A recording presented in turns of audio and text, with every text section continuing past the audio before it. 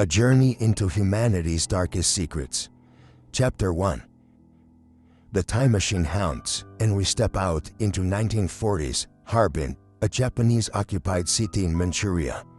The scene is desolate, with black smoke rising from chimneys, soldiers patrolling the perimeter, and the foreboding industrial complex looming ahead.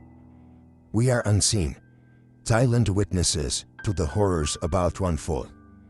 The air is cold, the snow crunches beneath our feet as we approach the walled compound shrouded in secrecy.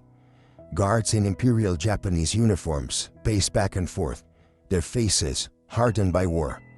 We've arrived in 1942, at the height of Japan's biological warfare research program. Before us stands Unit 731. It looks like an ordinary military installation from the outside, but what's happening inside will haunt humanity for generations to come. Keep your voice down. We're not supposed to be here. This place, officially called the Epidemic Prevention and Water Purification Department, is where the boundaries of morality and science dissolve. It's not just a research facility, it's a slaughterhouse, and the subjects aren't animals. They're people. Look there. That truck is packed with prisoners, men, women, and even children. Their faces are gaunt, eyes hollow, bodies weak from malnutrition. They don't know where they are, but the fear is palpable. They call them marutas, a Sikh euphemism meaning logs. To the scientist here, these aren't human beings. They're just materials for experiments. We pass through the gates and step into the main building. The stench of chemicals fills the air. Down a dimly lit hallway, muffled screams echo from behind thick steel doors. We peek into one of the rooms. Do you see him? That man strapped to the table. He's alive. His chest rises and falls rapidly, and no anesthesia will dull the pain. They're about to dissect him while his heart is still beating. The doctor picks up a scalpel. His face is emotionless, detached. He's cutting into the man's abdomen now, peeling back layers of skin and muscle, exposing the organs beneath. Blood pools around the table, but the man is still conscious. His eyes starting wildly, his body trembling. They want to study how the body reacts to disease and trauma in real time. We can stay here, let's move to the next room. The temperature drops as we enter another wing of the facility. Prisoners sit in rows, the hands and feet submerged in ice-cold water. Their skin turns pale, then blue, and then black. This is where they test frostbite.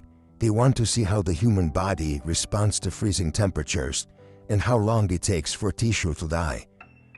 Look at their fingers, blackened and brittle, frost gripping up their arms.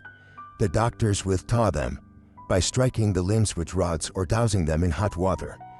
Some prisoners beg for death. Others are too weak to even speak. These are not the only experiments happening in these facilities. The next ones are even worse. The biological warfare experiments. Rows of prisoners are tied to stakes in an open field, unable to move. A low-flying plane roars overhead, releasing clouds of black particles. The prisoners begin coughing, clawing at their throats. This is a live test of plague-infected fleas, the same fleas they plan to release over Chinese villages and enemy territories. Look at them, dying slowly, painfully, their bodies wrecked with fever and infection. They're testing how effectively these diseases can spread. The victims here aren't just experiments, they're weapons. That townfolk is falling ill. Their bodies covered in black boils. Entire communities are wiped out, and no one knows the cause. But what is the reason for all of this? Let's find out. Now, we follow a group of scientists in white coats as they discuss their work over tea, completely unfazed by the horrors around them. They call this science. They say they're advancing Japan's military strength and saving lives by developing weapons that will end the war quickly. But look closer. These experiments aren't just about war. They're about power. This is what happens when morality is stripped away and human lives are reduced to statistics. As we near the end of the compound, thick smoke rises from a tall chimney.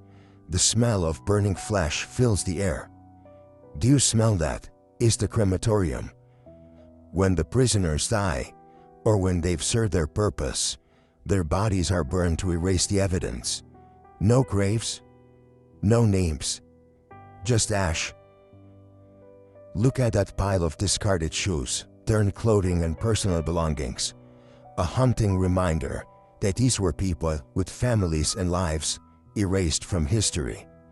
Finally, we step back into the present, the time machine humming softly as we leave the horrors of Unit 731 behind. In 1945, as Japan faced defeat, Unit 731's scientists destroyed much of the evidence. General Shiro Ishii and his team walked away, many of them evading justice entirely.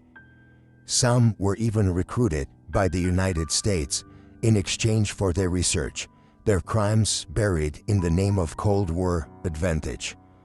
The victims of Unit 731, those thousands of men, women and children, were never given justice. Their suffering was silenced and their stories almost forgotten. But now you know. Now we have seen it, and some truths should never be forgotten.